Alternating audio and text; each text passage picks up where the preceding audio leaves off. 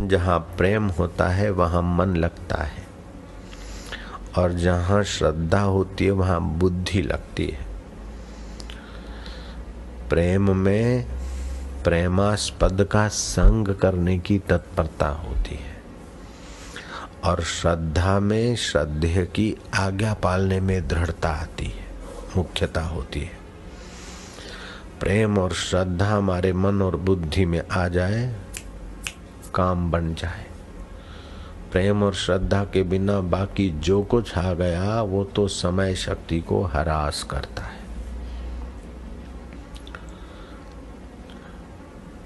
और प्रेम बढ़ेगा, बार बार प्रेमास्पद का स्मरण, प्रेमास्पद का दर्शन, प्रेमास्पद का सानिध्य से प्रेम बढ़ेगा।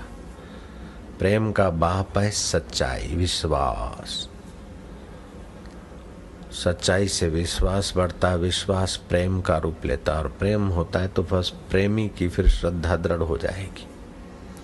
श्रद्धा दृढ़ होते ही श्रद्धेय तत्व में स्थिति हो जाएगी। और श्रद्धेय तत्व हकीकत में जीव तो है शाश्वत, लेकिन प्रेम कर बैठा है नश्वर को, इसलिए बार बार जन्म और मरण, बार बार नाश हो रहा है।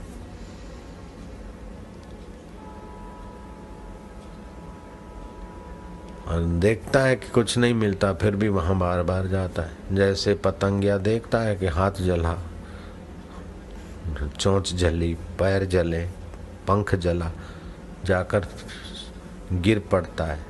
थोड़ा आराम पाकर फिर शक्ति मिल जाती है, फिर उड़ उड़ के उसी में जाता है, क्योंकि बेचारे को ज्ञान नहीं है कि है तो जलाने वाला दिया, लेकिन बार बार उधर मजा लेने को जाता है। ऐसे विषय विकार हैं तो तबाह करने वाले, लेकिन बार बार आदमी उधर ही चला जाता है। इसी को बोलते अविद्या।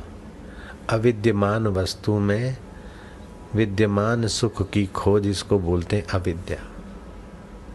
उस अविद्या से ही अस्मिता आती, फिर राग आता है, द्वेष आता है, भय आता है, शोक आता है, चिंताएं आती, सब उसी से जुड़े हुए हैं। जैसे इंजन से एक डब्बा जुड़ा होता है, ऐसे ही सारी मुसीबतें जुड़ी होती।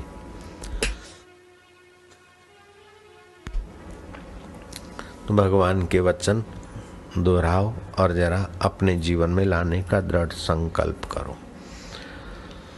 मयावेश मनो ये माम, मयावेश मनो ये माम, नित्ययुक्ता उपासते, नित्ययुक्ता उपासते, श्रद्धया परयोपेतास्ते, श्रद्धया परयोपेतास्ते, मैं युक्ता तमामता, मैं युक्ता तमामता। मेरे में मन को लगाकर नित्य निरंतर, क्योंकि नश्वर नित्य निरंतर खींच रहा है, तो शाश्वत के तरफ नित्य निरंतर सावधानी से चले।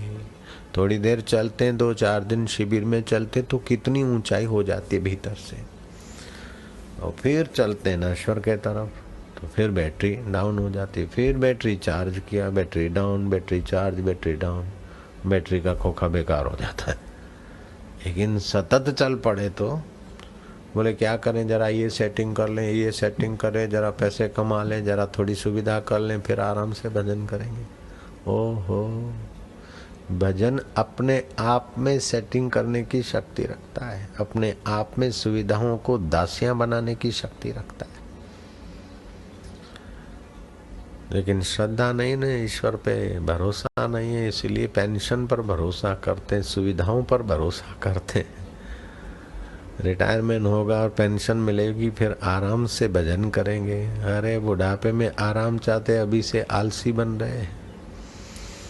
रुपयों का आश्रय है, सुविधा का आश्रय लेते, ईश्वर का आश्रय ले। जब ईश्वर का आश्रय लेके चल पड़ते तो फिर तो पूरी नियति उसके अनुकूल होने की व्यवस्था कर देती। भोजन छाजन नीर की चिंता करे सो मूढ़, ज्ञानी चिंता ना करे निज पद में आरूढ़। निज पद में आरूढ़ चिंता करे सो कैसी, खुशी है तामे प्राप्त अवस्था जैसी। उसको अंदर का सुख मिल गया तो बाहर तो फिर वो हर हाल में खुश रहता है। और जो बाहर की लाचारी और मांग से प्रभावित है वो भीतर की मांग का महत्व नहीं जानता है। भीतर की मांग है कि आप स्वाधीनता चाहते, आप बंधन नहीं चाहते किसी का भी, ये भीतर की मांग है। आप सरसता चाहते, निरस्ता नहीं चाहते, ये भीतर की मांग है। आप अमरता चाहते, मौत नहीं चाहते, ये भीतर की मांग है।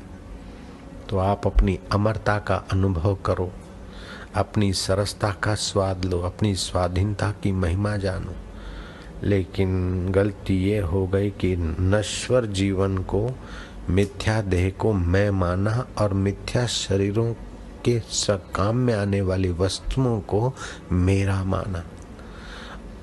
इतने से भी चुप नहीं हुए, उसकी संख्या बढ़ाने में लग गए। एक तो मौत को याद रखो और दूसरा अमरता की प्रीति जगा दे। मया वेश मनो ये माम नित्य युक्ता उपासते, मेरे में मन को लगाकर नित्य निरंतर उपासना कर। उपमाना समीप, समीप आसन कर, मेरे समीपा। नश्वर के समीप तो कई सदियों से भटका, अब तू मेरे समीप आ। और कैसे आ कि परम श्रद्धा से युक्त होकर मेरी उपासना जो करते वे मेरे मत में सर्वश्रेष्ठ योगी हैं। दूसरे योगी हैं लेकिन वो सर्वश्रेष्ठ योगी है जिसको बस ईश्वर के सिवा और कुछ नहीं चाहे। परमात्मा का अनुभव ही सार है, ऐसा जो समझ बैठा है। और परमात्मा में प्रेम है, परमात्मा नाम में प्रेम है, परमात्मा को पाए हुए महापुरुषों के प्रति प्रेम है, तो वहां मन लगेगा। और उनमें श्रद्धा है तो उनकी आज्ञा पालन में मन लगेगा।